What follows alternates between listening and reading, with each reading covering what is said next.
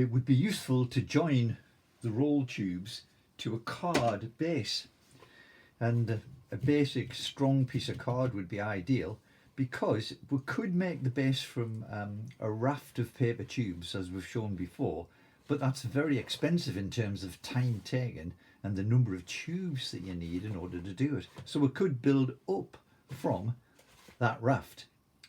Lots of tubes involved. So if we just had a plain sheet of card and reasonably strong, I mean, corrugated card cut from a cardboard box or a whole cereal box would be a good starting point. But how do we join the tubes to the card? We want to be able to stand the tube up, but fix it in position and maybe create all four positions for the uprights for a house. So here's a few variations on how we can do that. Probably the simplest one is to just take the tube and some small pieces of tape. Now even smaller than usual, look, even smaller than usual. And you create a sort of set of roots for it, I suppose. Small bits of tape.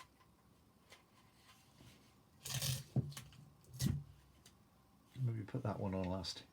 So let's open it out. Plonk it down. And then press on the tape.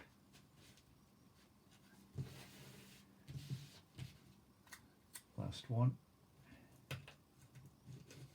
And as usual, the tape doesn't always want to go around the curve, and sometimes you find yourself wanting to pick it back up again at that corner there. See if I can pick it up with a pencil. You want to pick it back up again to try and get it to sit down more in the close to the bottom of the tube, near the bottom of the tube. So a pencil can sometimes do that. Well, that's basically how you do it. Because of that sort of curve you get at the bottom, what you may want to do is then reinforce that by putting more tape, not up the sides of the tube, but just at the very base where the sticky tape is. So that creates a nice firm foundation. Right then.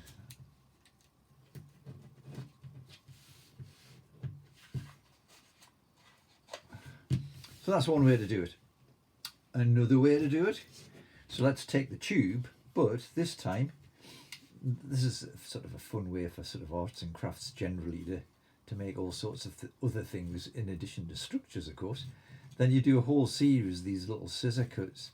The trouble with this is, this little method is, the scissor cuts are fine, it's a lovely little technique to learn, it's just that you end up using up some of the length of the tube in doing the scissor cuts that are going to let you stick the thing down. So you create like a little skirt like that, which is a fun thing to do really. You love a little crafty sort of thing to do. And now that sticks down, but of course it's a shorter tube now.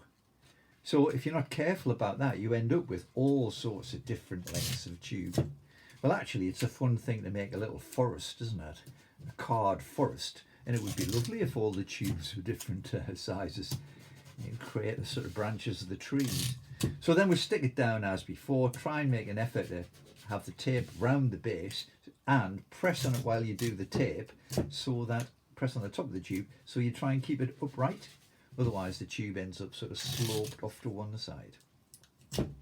So same as before, lots of the tape. And you'd have to go for the four corners in the same way, and then build up from the four corners, you know, the other tubes that join across. Can't really do it with this one, two different lengths.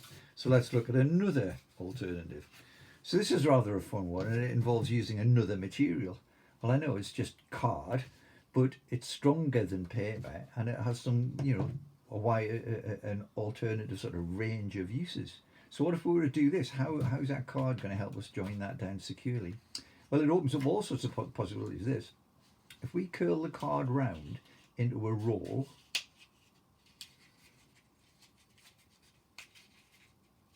there we are, and then fit it inside about halfway, so half the tube's gone in and half of it is sticking out, and now do that scissor cut thing. So we're not cutting the paper at all, which means that the paper tube isn't going to be shortened by what we're doing. And this sort of inserted piece of card, which is nice and strong, it's going to carry the tube on top of it while we stick it down. With it being green, it's going to look more like a part of a tree, isn't it? Let's have a look. There it goes. If you had a great big long one of these, of course, this could be the top of the tree with all the branches coming out. There we are. That's going to go on there. And now we'll stick this one down. Now we'll just use a few longer bits of tape than I would normally, just for quickness, otherwise we'll be here all day. Again, press it down. Press the tube down from the top, otherwise the thing won't be upright when you've finished. One more.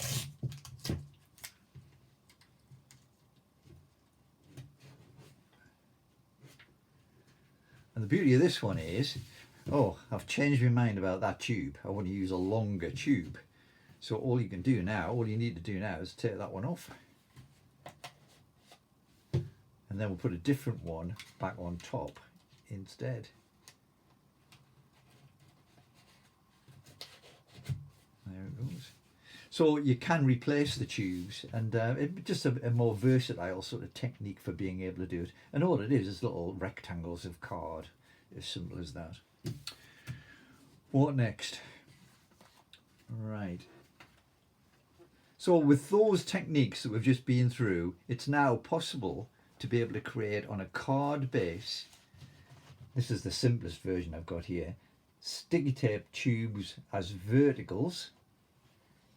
And then I've laid one as a horizontal at the back, just to get the back end of this shelter a little bit sort of higher off the ground and to give it a better angle with the tube that's on the top. So we've got a frame made of 3 parts, 2 identical size, 1 longer. So these are the A4 tubes. And then A4 tubes in sort of rafts of tubes here. And then they fit together simply by, again, it's just sticky tape all the way along. Sticky tape there. And it's quite a robust structure. And I think if you were to go to town with it, with leaves and grass and stuff like that, dry straw, you know, real leaves, grass and dry straw, then it would look like a fabulous shelter as well. Maybe put the all the bits and pieces for your survival inside there, and it's a lovely little design challenge for children. Make a shelter. Make a shelter. You have to have 3 people in it. They have to have all the food and a place to cook, etc. It must be sort of protect them from the rain and all that sort of stuff. So that's a fabulous little exercise that you can get started with. But knowing how to join things vertically is really important, and there are the sort of 3 common techniques you could use. I don't use any sort of glue in any of these structures simply because the sticky tape, you can pick the sticky tape off and start again, but you can't really do that with glue. Although I'm a firm believer that at the end, maybe the night before these go home, take a paintbrush with some PVA glue and just paint around all of the sort of joining points, just very, very lightly around all the joining points. And then the structure is going to last a long time. I mean, after a year or so, masking tape dries out and starts to peel away. Fabulous. That's our joining structures.